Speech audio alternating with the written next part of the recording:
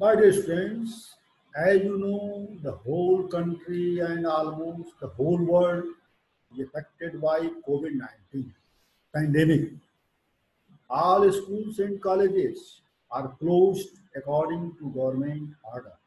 Therefore, in these circumstances, online teaching is necessary.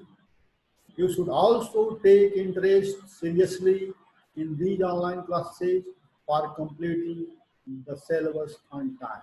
मेरे प्रिय विद्यार्थियों, जैसा कि आप लोग जान रहे हैं, इस समय पूरा देश और करीब करीब पूरा संसार कोविड-19 महामारी से पीड़ित है और ऐसी दशा में गवर्नमेंट के आदेश के अनुसार सारे स्कूल और कॉलेज बंद हैं। इस स्थिति में ऑनलाइन टीचिंग जरूरी हो गई है और इसलिए आप लोग ऑनलाइन क्लास को ध्यान से पढ़ें, गंभीरता से पढ़ें ताकि आपका सिलेबस टाइम से पूरा हो सके।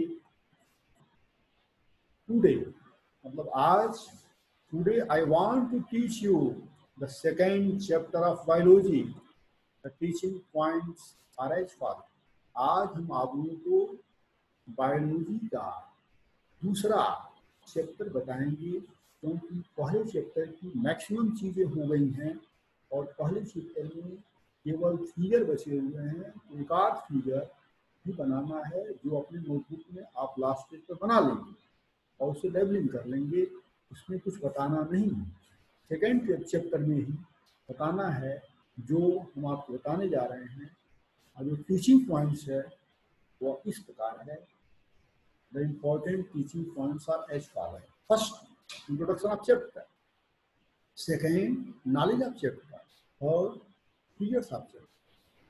ये जो तीन टीचिंग पॉइंट्स है, पहले टीचिंग पॉइंट के तहत हम आपको चैप्टर का मतलब चैप्टर का मतलब क्या है। दूसरे टीचिंग पॉइंट के तहत हम आप लोगों को बताएंगे कि इस चैप्टर में कौन कौन से टॉपिक आपको पढ़ना। और तीसरे टीचिंग पॉइंट के तहत हम आपको बताएंगे कि इस चैप्टर के कौन कौन से फिगर इंपॉर्टेंट्स हैं। उन फिगर्स को आप चैप्टर के लास्ट में बना लेंगे और आपका फिगर जो है कलर्ड होगा, लेवल और उसकी हर पार्ट को लेवलिंग करेंगे और उसके बाद उस टीचर के बाद उस फिगर के बारे में हम लोग डिस्कस करेंगे, उसके बारे में हम समझेंगे। According to first teaching point, we will know the clear concept about the name of chapter. In other words, we will know about the biological classification. ये पहला टीचिंग पॉइंट हम लोग का है, उसके तहत हम आप लोगों को चैप्टर का मतलब बताएंगे और चैप्टर का जो नाम है बायोलॉजिकल क्लासिफिकेशन। तो बायोलॉजिकल क्लासिफिकेशन का मतलब क्या होता है वही इस टीचिंग पॉइंट के द्वारा हम बताएंगे और वो इस प्रकार है। The brief description of biological classification is as following. In 1969, R.H. Whitaker proposed a five-kingdom classification. These five kingdoms are Monera, Protista, Fungi, Plantae and Animalia. मतलब यह है कि 1969 में R.H. विटेकर ने जीवों के क्लासिफिकेशन के बारे में फाइव किंगडम क्लासिफिकेशन प्रपोज किया, जिसके तहत उन्होंने प्लांट्स और एनिमल्स दोनों को क्लासिफाई किया। तो सबसे पहले इस संसार में प्लांट्स हुए, उसके बाद एनिमल्स हुए, तो सबको मिलाकर के उन्होंने फाइव किंगडम दिया और फाइव किंगडम है मोनेरा, प्रोटिस्टा, फंजाई, प्लांटी, जिसमें से जो शुरू के चार हैं उसके तहत प्लांट्स के बारे में बताया गया और जो लास्ट में है उसके तहत एनिमल्स के बारे में बताया गया। यही फाइव किंगडम क्लासिफिकेशन बोला जाता है। The main criteria for classification used by him include cell structure, thallus organisation and mode of nutrition. जो क्लासिफिकेशन बनाया गया है उसका जो आधार है सेल स्ट्रक्चर है, थैलस ऑर्गेनाइजेशन है एंड मोड ऑफ न्यूट्रिशन है। मतलब ये जो क्लासिफिकेशन किया गया तो जो संबंधित प्लांट्स है, एनिमल्स है, उसका सेल स्ट्रक्चर क्या है, उसका बॉडी स्ट्रक्चर क्या है, और वह किस तरह से अपना भोजन ग्रहण करता है, किस तरह से वो अपना भोजन ग्रहण करता है, न्यूट्रिशन करता है, ये 3 आधार लेकर के इस क्लासिफिकेशन को बनाया गया है और जिसमें टोटल 5 किंगडम्स हैं।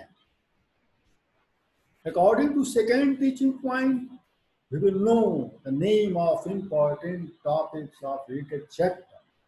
The name of important topics of related chapter are as follows. जो दूसरा हमारा टीचिंग पॉइंट है उसके तहत हम हमेशा आप लोगों को बताते रहते हैं कि इस पूरे चैप्टर में कौन कौन से टॉपिक्स हैं जो पढ़ना है, और वे जो इम्पोर्टेंट टॉपिक्स हैं वह इस प्रकार हैं इस chapter. The first topic, the characteristic features of living organisms of kingdom Munera. इस टॉपिक का मतलब है कि मुनरा किंगडम के अंतर्गत जो भी जीव आते हैं उनके क्या क्या लक्षण है, यही इस टॉपिक का शॉर्टकट में मतलब है। दूसरे टॉपिक का नाम है the characteristics features of living organisms of living kingdom protista. दूसरा जो टॉपिक इस चैप्टर का है उसका नाम है प्रोटिस्टा। प्रोटिस्टा में यह बताया जाएगा कि इस किंगडम के अंतर्गत जो भी प्लांट्स आते हैं उनके क्या क्या फीचर्स हैं यह बताया जाएगा डिटेल में। तीसरा जो टॉपिक है उसका नाम है the characteristics features of living organisms of kingdom fungi. तो तीसरे टॉपिक का नाम है फंजाई, यानी कि फंजाई वाले टॉपिक में हम ये बताएंगे कि किंगडम फंजाई में जो भी प्लांट्स आते हैं उनके मेन फीचर्स क्या हैं, उनके एग्जांपल्स क्या हैं, यह चीज बताई जाएगी। फोर्थ टॉपिक है the characteristics feature of living organisms of kingdom plant. जो चौथा टॉपिक है इस चैप्टर का उसका नाम है प्लांट। प्लांटी एक ऐसा किंगडम है जिसमें जो विकसित प्लांट्स हैं उसके फीचर्स के बारे में बताया जाएगा। विकसित प्लांट्स मतलब जिसमें जड़, तना, पत्ती, फूल, फल सब आते हैं, उसके तहत उन प्लांट्स के बारे में उनके लक्षण इस टॉपिक में बताए गए। फिर जो लास्ट टॉपिक है उसका नाम है the characteristics features of living organisms of kingdom animal. मतलब यह है कि जो पांचवा टॉपिक है इसमें सारे एनिमल्स के बारे में, चाहे एनिमल्स छोटे हों या बड़े हों, सबके कैरेक्टरिस्टिक फीचर्स के बारे में बताया जाएगा। ये 5 टॉपिक्स हो गए और जिसके बारे में हम क्रमशः जो है चर्चा करेंगे। First of all we will know the clear concept about this topics and after that we make the colour diagram of important figures of the chapter, and after that we will also understand about these important figures. सबसे पहले हम ये जो 5 topics हैं बारी बारी से करके एक एक का मतलब समझेंगे, और जब सबका मतलब जान जाएंगे, सबके बारे में क्लियर कंसेप्ट जान जाएंगे, तो जो इस चैप्टर के जो इम्पोर्टेंट फिगर्स हैं चैप्टर के लास्ट में उन इम्पोर्टेंट फिगर्स का कलर डायग्राम बनाएंगे और उन इम्पोर्टेंट फिगर्स के बारे में डिस्कस करेंगे, समझेंगे। अब आपको हम फर्स्ट चैप्टर के बारे में, फर्स्ट टॉपिक के बारे में डिटेल में बता रहे हैं। The characteristic features of living organisms of kingdom Monera are as. मतलब कि पहला टॉपिक है उसका नाम है किंगडम मुनेरा, और किंगडम मुनेरा के जो ऑर्गेनिजम्स हैं उनकी क्या क्या कैरेक्टर्स हैं, क्या क्या लक्षण हैं, उन्हें बारी बारी से बताया जा रहा है, दिखाया जा रहा है।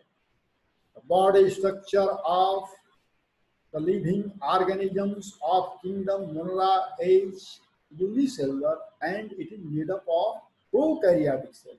मतलब इसका जान लीजिए, जो किंगडम मुनेरा के जो ऑर्गेनिजम्स हैं उनका जो बॉडी स्ट्रक्चर होता है यूनिसेलुलर होता है, यानी कि उनकी पूरी शरीर, उनका पूरा शरीर एक सेल का बना होता है, केवल एक सेल का बना, और वह भी सेल प्रोकैरियोटिक होता है, यानी कि उसके अंदर न्यूक्लियर मेम्ब्रेन नहीं होती है।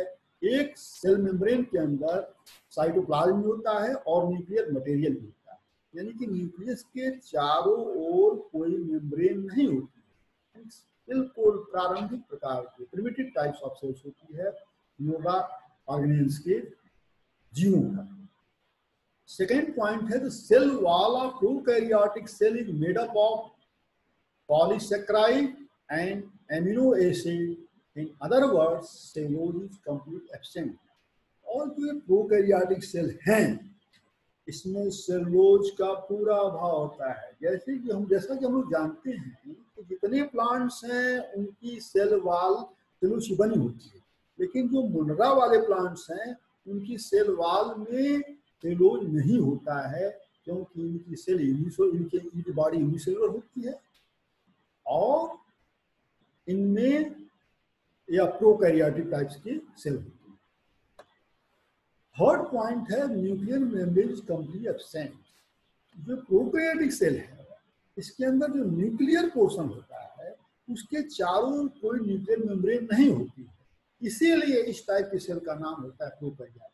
प्रो मीन्स प्रिमिटिव और कैरियोटिक मीन्स न्यूक्लियस, यानी कि ऐसी सेल जिसका न्यूक्लियस प्रारंभिक प्रकार का हो उसे प्रोकैरियोटिक सेल का without nuclear membrane. And last mode of nutrition is autotrophic, chemosynthetic and photosynthesis।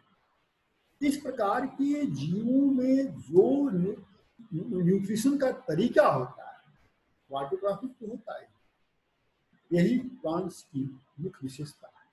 इसके एग्जाम्पल्स हैं बैक्टीरिया, नॉस्टाक को हम दूसरे शब्दों में ब्लू ग्रीन एली कहते हैं। और इस तरह से आपका ये जो पहला टॉपिक है वो आज आपको मैंने विधिवत बता दिया। जो बाकी नेक्स्ट टॉपिक में रिटर्न पाएंगे that is all for today and remaining portion of the chapter on next. मतलब ये है कि यह चैप्टर बड़ा है और इसके सभी टॉपिक्स भी बड़े हैं। तो आज पहला टॉपिक मैंने आपको बताया है जिसे आप लोग लिखेंगे पढ़ेंगे।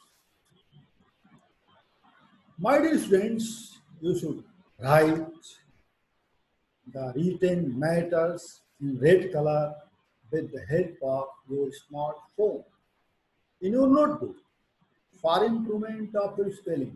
आपकी स्पेलिंग अच्छी हो जाए, आप शब्दों को अच्छी ढंग से समझ सकें, लिख सकें, उसके लिए आपको लिखना जरूरी है। After that, you should also try to solve the MCQ and worksheet provided by your school app। Your solution should be online method with the help of your school app। You should also solve these questions in your homework notebook for revision purpose। मतलब यह है कि जो आपको यह online teaching हो रही है उसके जो कलर रेड कलर के मटेरियल से अपने काफी नोट करना चाहिए ताकि आप आगे रिविजन कर सकें। और जो आपको ऑनलाइन जो वर्कशीट दी जा रही है, MCQ दिया है, उनको ऑनलाइन सॉल्व करें, ठीक है। और my dear students, stay at home, be safe from corona virus and study with care. Thank you for this.